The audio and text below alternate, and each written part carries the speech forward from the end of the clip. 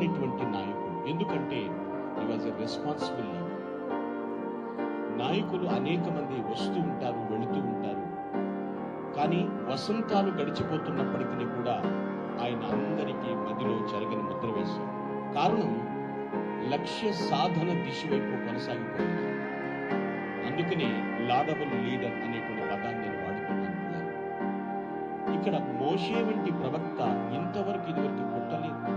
చాలా మంది చూస్తూ ఉంటారు కదా, చాలా మంది ప్రజలు పరిచయం అవుతుంటారు మన జీవన ప్రయాణంలో.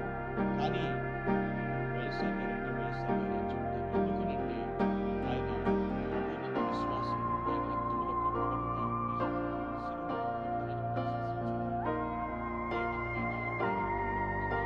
కలుపుకొని పోవుట. Yes, he was a responsible leader, laudable leader.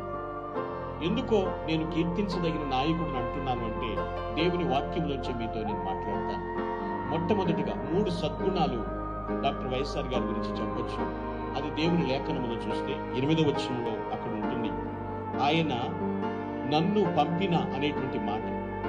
మోషేను భూమి మీదకి ఇజ్రాయేలుల్ని బంధకాల నుంచి విడిపించడానికి ఎవరు పంపారు అంటే దేవుడు. ఎస్, వాక్యమును ఎరిగినటువంటి నాయకుడుగా డాక్టర్ వైఎస్ఆర్ గారి విషయంలో చూస్తే మొట్టమొదటి సద్గుణం, first of all, he sent by almighty God. ప్రభువు చేత పంపబడిన నాయకుడు. He sent by almighty God. ఎవరో నెడితే ముందుకు రావడం కాదండోయ్, జాగ్రత్తగా వినండి.